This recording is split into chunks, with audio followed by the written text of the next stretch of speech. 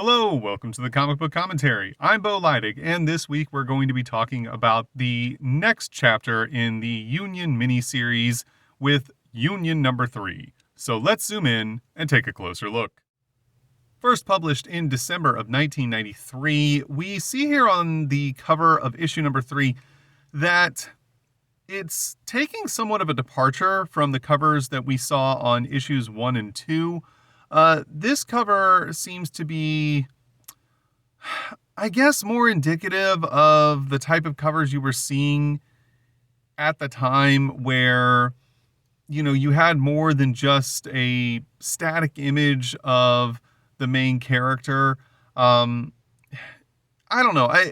I'm torn on this cover because the image that we're seeing here is actually a good representation of some story elements that happen within this issue, but there's just something that seems a little bit less dramatic, or I don't know, maybe the word I'm looking for is epic, that the images on the first two covers we saw, I believe, really had, especially the cover for number 1, which I still hold in, a top 5 maybe spot of my favorite covers of all time. I think the cover on issue number 1 of Union is spectacular. So this cover, while not bad, I don't know, it somehow feels like a real departure from what we saw on the first 2 issues. Mike Heisler, co-creator and story. Jim Lee, co-creator. Mark Texiera, art. Dan Norton, Dev Madden, pinup. Joe Chiodo and Paige Apfelbaum, colors. Dennis Heisler, Chris Milos, production. Bill Oakley, letters.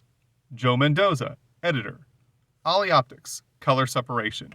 We see here on the first page a really cool splash image of Omen coming from a mostly green background that doesn't have a whole lot going on, although it does have some little energy bolts around him.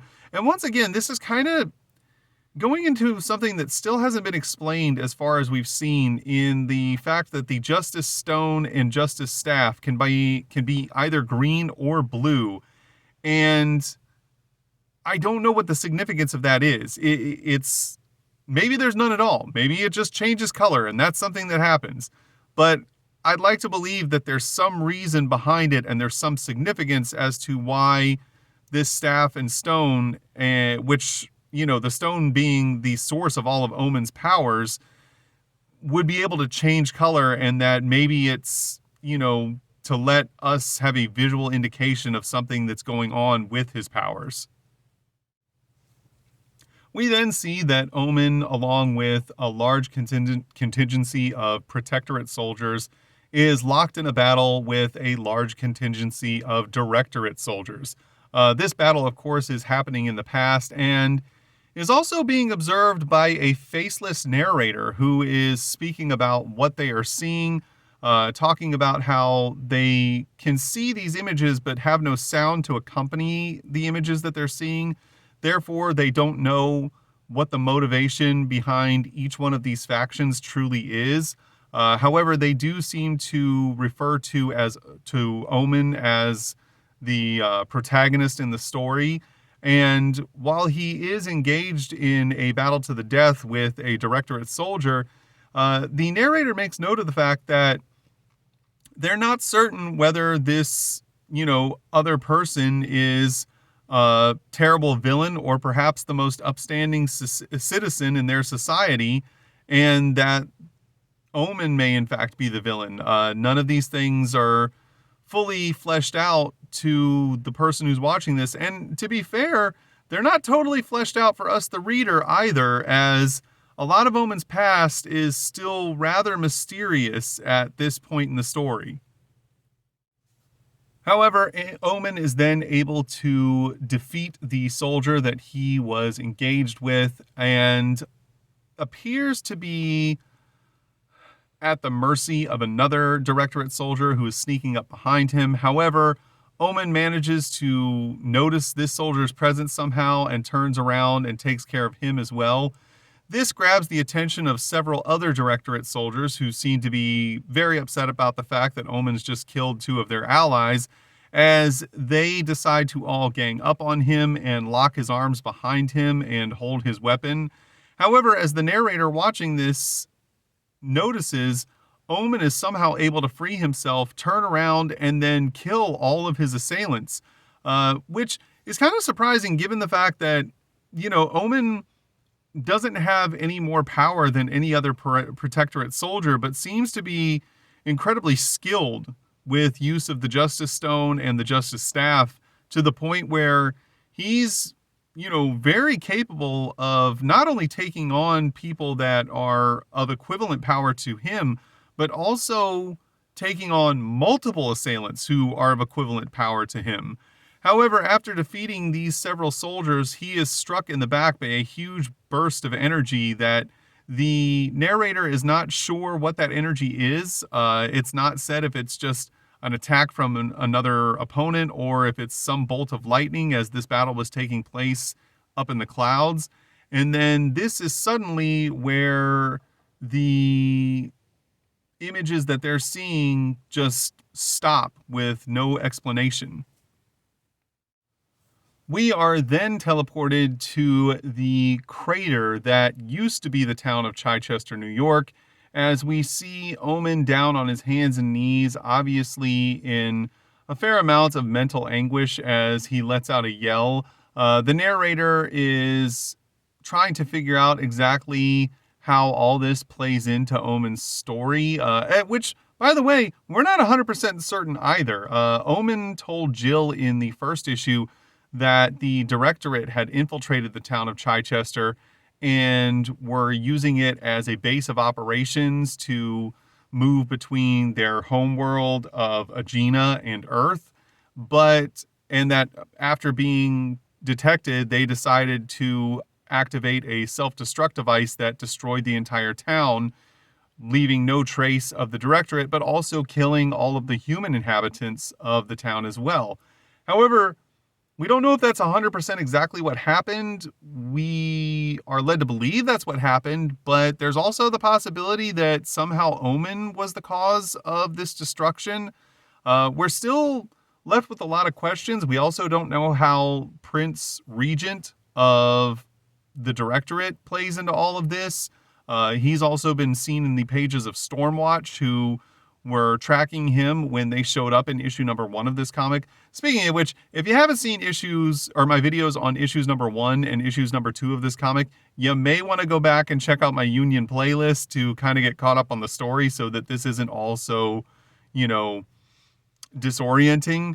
Otherwise, you're going to be kind of lost in the rest of this video.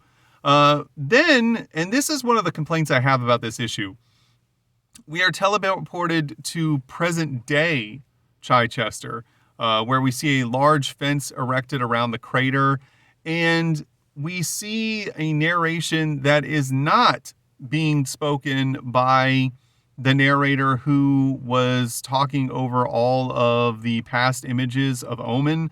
But this is just like a generic narration to try and get us caught up on, events as they were happening. The problem I have is that it's in the exact same font and yellow boxes that the mysterious narrator from the previous several pages, had all his dialogue featured in.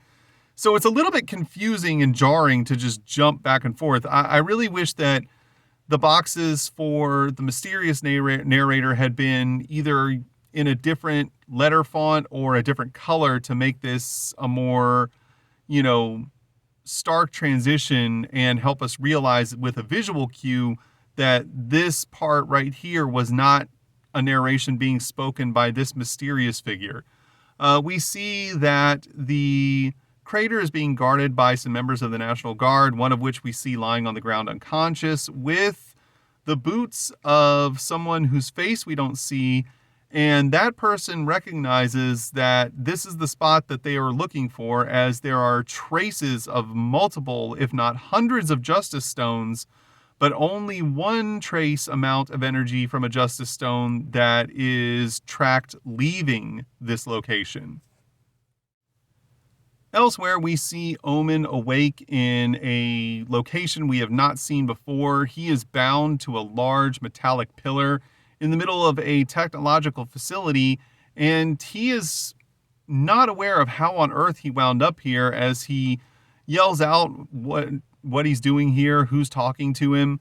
And we then find out that he was under the influence of a mental probe, which is how we were able to see the visions of his past, but that the person watching this probe could only see these visions the same as us with no dialogue or sound, and was only able to gather so much information from what they saw. Omen demands to know who this person is, and they decide that there's no reason why he shouldn't know the answer to that question, and the person reveals themselves as Nemo, who is a new character to the series.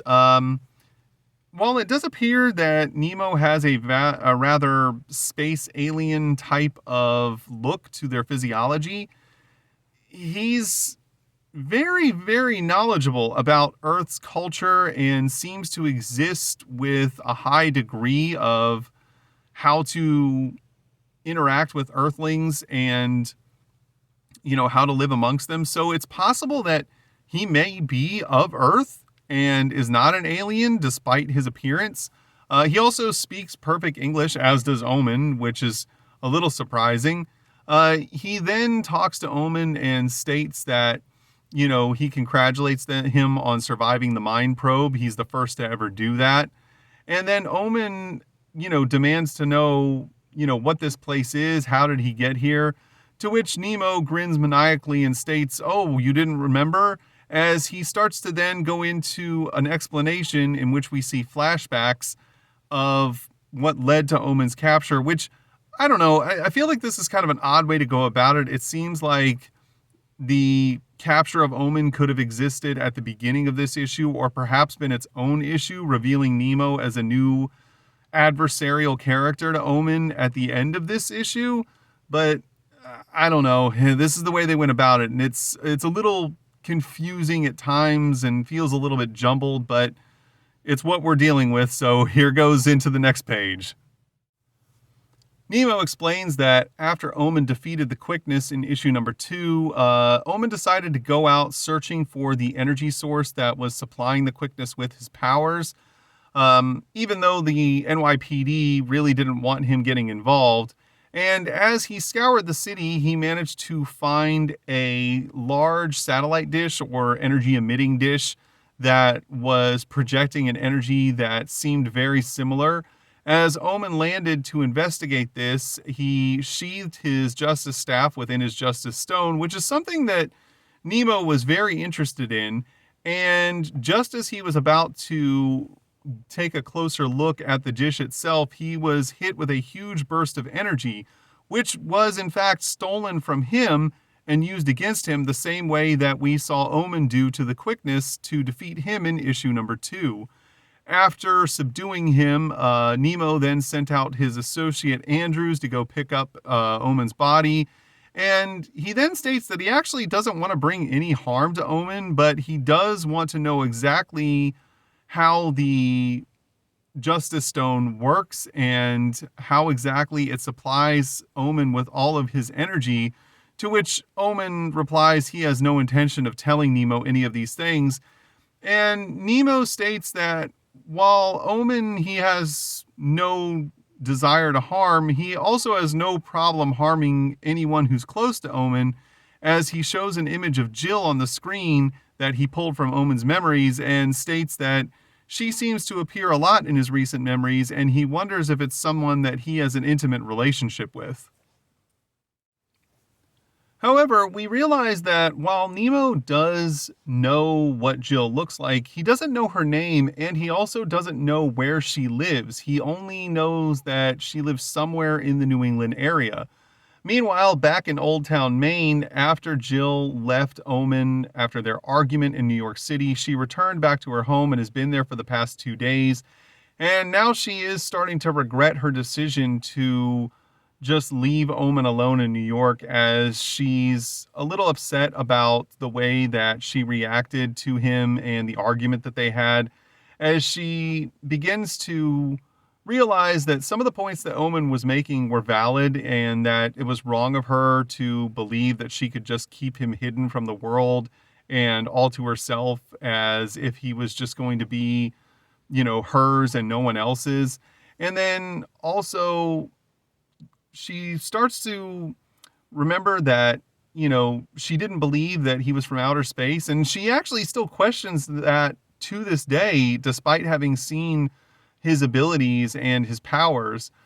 She also wonders, what's been going on with him, as it's been 2 days and she hasn't even received a phone call from him. And she is starting to get worried as we see her starting to tear up and, really regret the decisions that she's made and, is kind of worried that this is a mistake that she'll live to regret.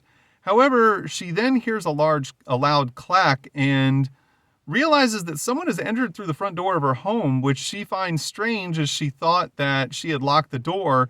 And as she turns around, she realizes that it's a stranger that she's never met before who demands to know where the relayer Omen is. Meanwhile, back in the facility where Omen is being held captive, he asks what exactly Nemo was trying to do with the quickness, as he believes, as he, doesn't understand the concept of why he would give the quickness these powers and whatnot, just for the sake of letting him run amok in New York City. However, Nemo replies that the quickness was merely an experiment and that what he chose to do with his newfound abilities, even if it was to just squander them on petty crime, was his own business and that Nemo could care less about that. Because apparently Nemo is working on cybernetics as he wishes to create a new body for himself and be able to continue living on in a more, I guess, physically capable shell, which is why he wants to know more about Omen's Justice Stone, as he believes that, or it's insinuated that he believes that the Justice Stone could be a very adequate power source for being able to power the cybernetic body that he's wanting to create. And he even goes so far as to threaten the safety of Jill if Omen doesn't help him. This, of course, infuriates Omen as he begins to try and struggle to break free. Nemo realizes that Omen is rather powerful, so he directs his associate Andrews to make sure that the shackles holding Omen in place are, calibrated correctly, to which Andrews moves into position. However, Omen continues to redouble his efforts and really put the limits of these shackles to the test, as we're going to see in the near future. Mustering all of his strength, we then see that Omen is able to break out of his shackles, shattering all the metal into tiny shards, and then he immediately pulls out his justice staff as he plans on finding Nemo, subduing him, and foiling his plans to protect not only himself but also Jill. And as he looks around trying to discover which wall Nemo is hiding behind, he is grabbed on the shoulder by Andrews, Nemo's associate. Omen, not wanting to hurt him, states that he should stand down when suddenly Andrews picks him up with one hand and throws him across the room. Omen sits up and believes that Andrews is another one of Nemo's experiments, and that would undoubtedly explain how strong he is. And he states that he doesn't want to harm him, but he's more than willing to if that's what it takes, as we see Omen punch Andrews in the face. However, Andrews is unfazed by this as we see one of his eyes starting to glow. And Omen realizes that punching Andrews actually hurt his hand quite a bit, as we see Andrews return the favor, punching Omen in the face and knocking him clean off of his feet. However, Omen is not down for the count as he jumps back up and uses his justice staff to cut off Andrews' head, revealing that Andrews is not an experiment of Nemo's, but is in fact an android. Despite the fact that Omen has beheaded the android is by no means compromised by this, as it continues to press its attack, punching Omen in the face, knocking him down. He's in a daze, and as he tries to get to his feet, the disembodied head of the android starts to bite his foot, which is kind of funny. Omen gets up to his feet and decides that this needs to end as the body of the android begins to charge him once again. Omen takes one swipe with his justice staff and cleaves the android in two down the middle. After defeating the mechanical threat, he screams out that he wants Nemo to show himself, which Nemo obliges by coming to the front of a large glass panel that presumably leads to another room, as he continues to taunt Omen, exclaiming that he has a bit of a temper and that he should probably get that under control. Omen, however, has had enough of Nemo's taunting as he smashes through the glass and takes a swipe. However, his attack goes directly through Nemo, as this is not Nemo, it's merely a hologram, and Nemo is not even inside of the same facility as Omen, because he sees no reason to put himself in any undue danger. He then tells Omen that the facility that he is trapped inside of will be exploding in 60 seconds, as Nemo never really fully trusted the restraints that they were using against him, and he was, prepared for this as a possible outcome and decided that he doesn't want the authorities being alerted to any of his doings or, experiments and whatnot, as he disappears laughing. Omen then realizes that he needs to get out of this facility immediately as he begins to use his justice staff to hack at the walls. However, they are heavily reinforced and he can't seem to find a way out of the building. Meanwhile, outside of the building, we see a man walking down the street who states that he sees an odd glow coming from the building. And then there's a massive explosion, and the man, after getting to his feet, says that this urban renovation is really starting to get out of control as we see a huge cloud of debris and fire spewing out of the top of that building. In a completely different facility, we see Nemo sitting on a large technological throne of some sort, and he's a little bit disappointed in the fact that he was not able to procure the Justice Stone from Omen, as he really did want to have that to experiment with. He also is upset about the fact that his facility had to be destroyed and that it's going to cost him a lot of money, and that he'll have to be selling his services to one Kaizen Gamora from Cybernary to recoup any of the lost capital, which is kind of unfortunate. This is one of the only, Wildstorm Greater Universe references we get to see to Cybernary, as it unfortunately ended prematurely due to the untimely death of its creator, Nick Manabat. We then see that in this facility, Nemo also has a very similar figure to Omen, who I'm assuming is supposed to be a member of the Directorate who has died, only because the Justice Stone on his chest appears to have an orange or amber type of hue to it, which would imply that he is a member of the Directorate instead of the Protectorate. However, his uniform doesn't seem to be explicitly of the Directorate, although without it being able to tell the colors because it's all shown in a monotone blue, that makes it a little more difficult to decipher. He does, however, state that he wants to find a way to resurrect this person and also repair their Justice Stone as a means to use or harness its power. Meanwhile, back in the South Bronx, which is where the facility that Omen was trapped in was located, we see him burst up through the rubble and fly into the air as he realizes that emergency services have appeared on scene to try and take care of the damage.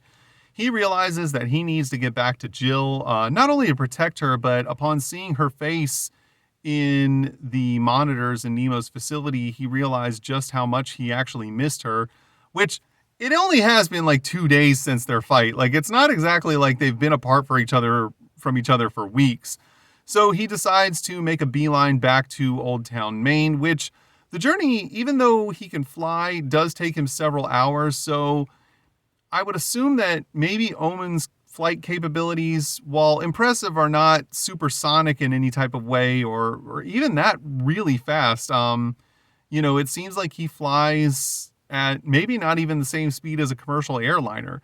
He does find it odd, though, when he lands outside of Jill's home that all of the lights are on in the early morning hours, as Jill is typically not an early riser. As Omen enters Jill's home, he is quite surprised to see her sitting at the kitchen table, flanked on either side by two members of the Protectorate, one of which is none other than his former lover, a woman by the name of Elia, who we saw in a flashback in the first issue, as he's quite shocked. And this is the end of the story of this issue, which will be concluded in issue number 4. We then see this pretty cool pinup by Norton and Madden. Once again, we see the two different colored Justice Stones, one blue, one green. Also, the staffs are blue and green. And also, we see that Elia's Justice Stone is blue, while this guy, whose name we don't know at this point, his is green. I don't recall if there's a point where they actually explain what the color differences mean, but up until this point, it's not been explained whatsoever, and it just seems like a weird thing that just happens for random reasons. On the next page, we get into the letter section known as Communion.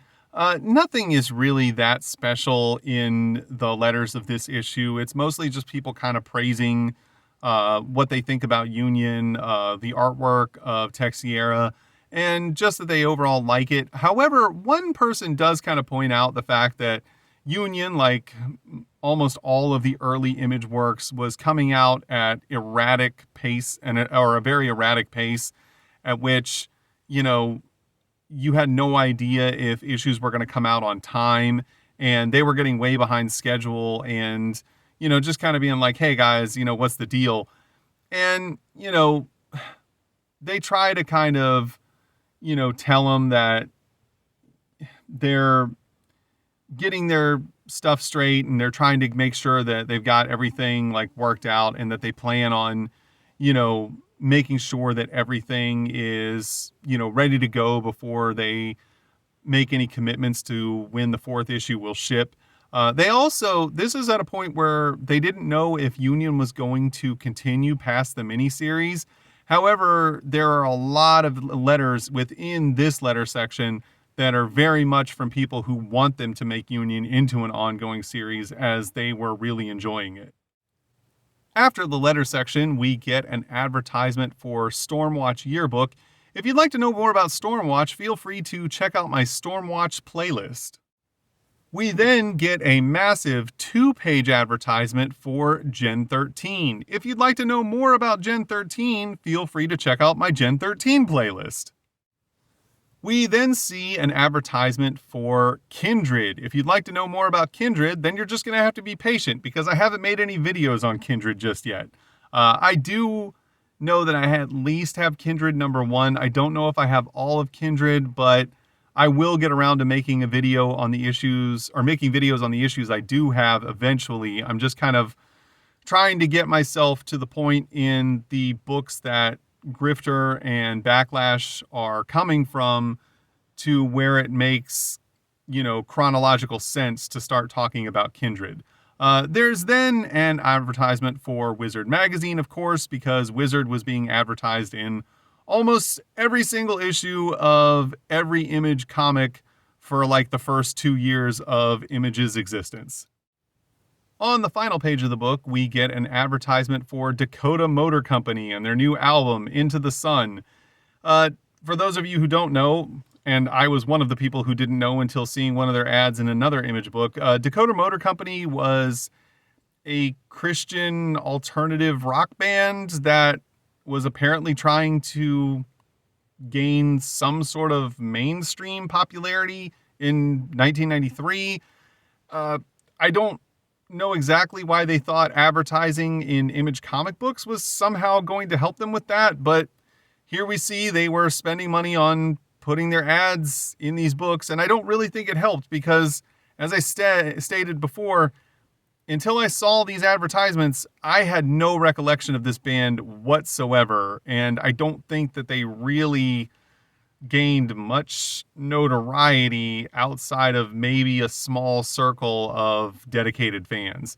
And on the reverse inside cover, we get image info. That's just, a blog about upcoming Image comics. We've seen it in tons and tons of other issues. Nothing special to look at here. And that was Union number 3 from the original Union miniseries. As a whole, it wasn't a bad issue, but I kind of don't understand why exactly they felt the need to start introducing, not just the quickness in issue 2, but also Nemo in this issue. It feels like they had plenty of, story that they could have explored with just Omen's, loss of memory, and also the members of his homeworld that were showing up to Earth, and having to deal with the dangers that they were causing to the people of Earth, and also, him having to deal with the romantic relationship that he had with Jill, but also being faced with Aaliyah, who was showing up from his past, who was also a romantic relationship. There was plenty of story elements that were already there, and it just feels like too much clutter to introduce some kind of new nemesis that, could definitely be used down the road, but doesn't really need to exist in what was only a 4-issue miniseries and could have been used for a lot of story elements going forward in an ongoing series. But these are only my opinions. Your opinions may differ. You might have thought that they did a great job and that there were no changes that needed to be made. But in any case, it's okay, because we're all entitled to our own opinions. If you enjoyed today's video, please feel free to like, comment, and subscribe. And thanks for stopping by. Have a great day.